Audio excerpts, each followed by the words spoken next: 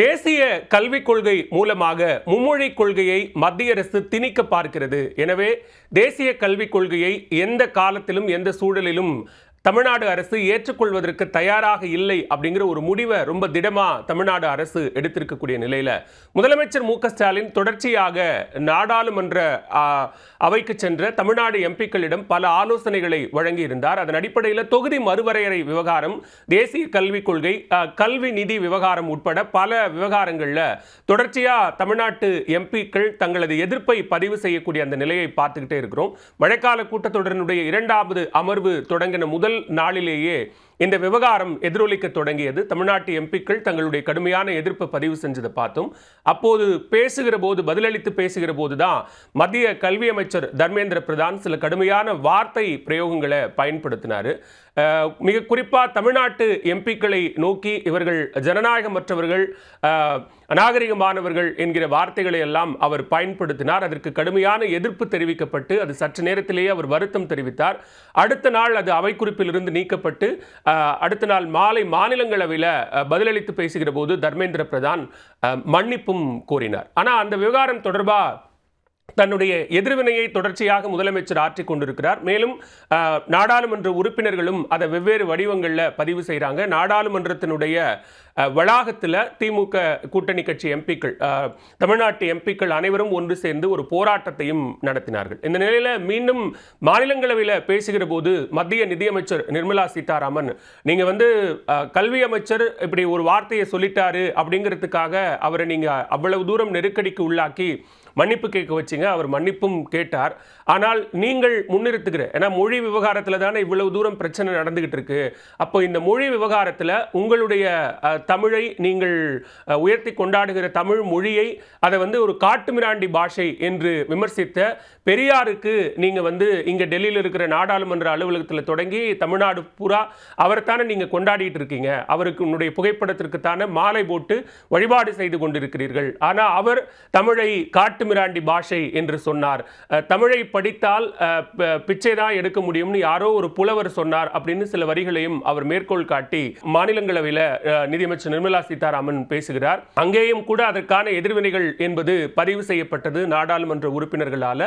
அதற்கு பிறகாக வெளியேயும் கூட நிறைய பதில்கள் தரப்பட்டது. மிக குறிப்பாக திமுக எம்பி கனிமொழி ஒரு மகனை தந்தை கண்டிப்பதற்கும், தந்தை சில சுடு சொற்களை சொல்லி கண்டிப்பதற்கும் யாரோ தெருவில் போற ஒருத்தர் அவருடைய மகனை கண்டிக்கிறதுக்குமான வித்தியாசம் இருக்கு.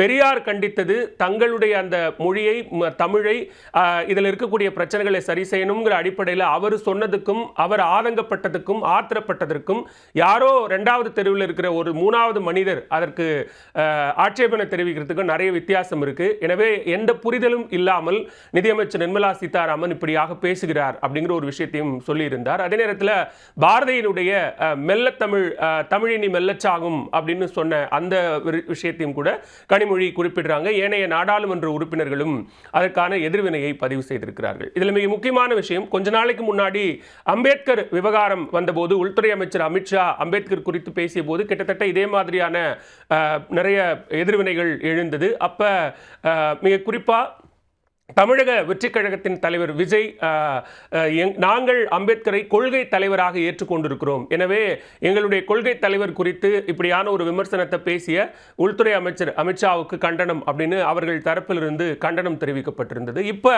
நிதியமைச்சர் நிர்மலா சீதாராமன் மாநிலங்களவையில் பெரியார் குறித்து பேசியதற்கும் தாவேக தலைவர் விஜய் தன்னுடைய கண்டனத்தை பதிவு செய்திருக்கிறார். தமிழ்நாட்டில் சமீப நாட்களில் பெரியார் குறித்த சர்ச்சை என்பது தொடர்ச்சியாக நடந்து கொண்டே இருந்தது.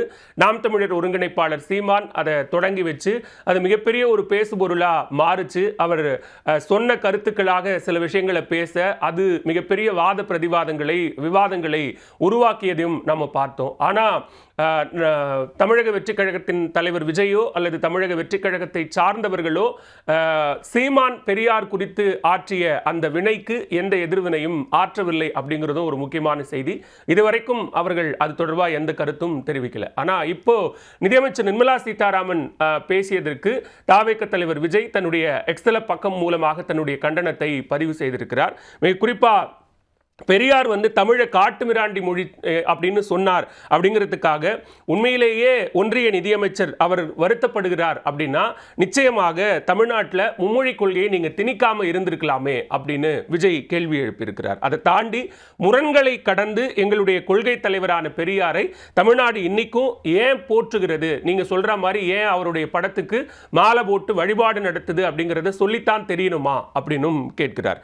அது மட்டும் இல்லாமல் குழந்தை திருமணத்தை எதிர்த்ததால், விதவை மறுமணத்தை ஆதரித்ததால், சாதி கொடுமைகளை எதிர்த்ததால் அப்படின்னு நிறைய சொல்லிக்கிட்டே போகலாம். ஆனா இன்றைய நிலையோடு பொருத்தி பார்க்கணும் அப்படின்னா இன்று எல்லோரும் கேட்கும் சமூக நீதிக்கான வகுப்பு வாரி பிரதிநிதித்துவத்தை 100 ஆண்டுகளுக்கு முன்பே கேட்டவர் என இன்னும் அவரை போற்றுவதற்கான பட்டியல் நீண்டுகிட்டே போகும் அப்படின்னும் விஜய் சொல்றார். அது மட்டும் இல்லாம ஒன்றிய அரசின் மீதான விமர்சனங்களை மறைப்பதற்கு கூட நீங்க பெரியார் தொடர்பான சர்ச்சையை கிளப்புற அளவுக்கு வலுவா இன்றைக்கும் பெரியார் இருந்துகிட்டு இருக்காரு அப்படிங்கிறது தான் முக்கியமான விஷயம்னு சொல்றார். இது போதாதா, இன்னைக்கு வந்து பெரியார் ஏன் அவரை வந்து வழிபடுது அப்படிங்கிறதுக்கு இந்த ஒரு காரணம் போதாதா அப்படின்னு சொல்லி பெரியார் போற்றுதும் பெரியார் சிந்தனை போற்றுதும் அப்படின்னு சொல்லி அந்த பதிவை தாவேக தலைவர் விஜய் முடிக்கிறார். இது எங்கெங்கோ போச்சு இந்த விவகாரம். ஏற்கனவே பல தளங்களில் தமிழ்நாடு அரசுக்கும் மத்திய அரசுக்கும், மிக குறிப்பாக மத்திய பாஜக அரசுக்கும் திமுக அரசுக்கும் அப்படிங்கிற மாதிரியான இது ஒரு வெர்சஸ் விவகாரமாக சென்று கொண்டிருந்த நிலையில் இப்போ மொழி தொடர்பான விவகாரம் கிட்டத்தட்ட தேசிய அளவில் பேசப்படக்கூடிய ஒன்றாக மாறி இருக்கிறது.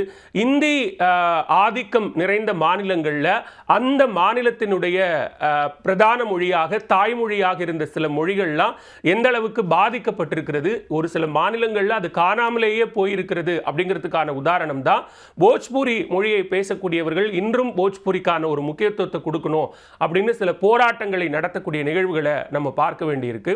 ஸோ இப்படியான சூழலில் மொழி தொடர்பான விவாதங்களும் நடந்து கொண்டிருக்கக்கூடிய நிலையில் மொழி குறித்து பெரியார் பேசியதாக மேற்கோள் காட்டப்பட்ட ஒன்றை மாநிலங்களவையில் நிதியமைச்சர் நிர்மலா சீதாராமன் மேற்கோள் காட்டியதன் அடிப்படையில் இந்த விவாதங்கள் எழுந்திருக்கிறது. அதற்கான எதிர்வினையைத்தான் தாவேக தலைவர் விஜய் ஆற்றியிருக்கிறார்.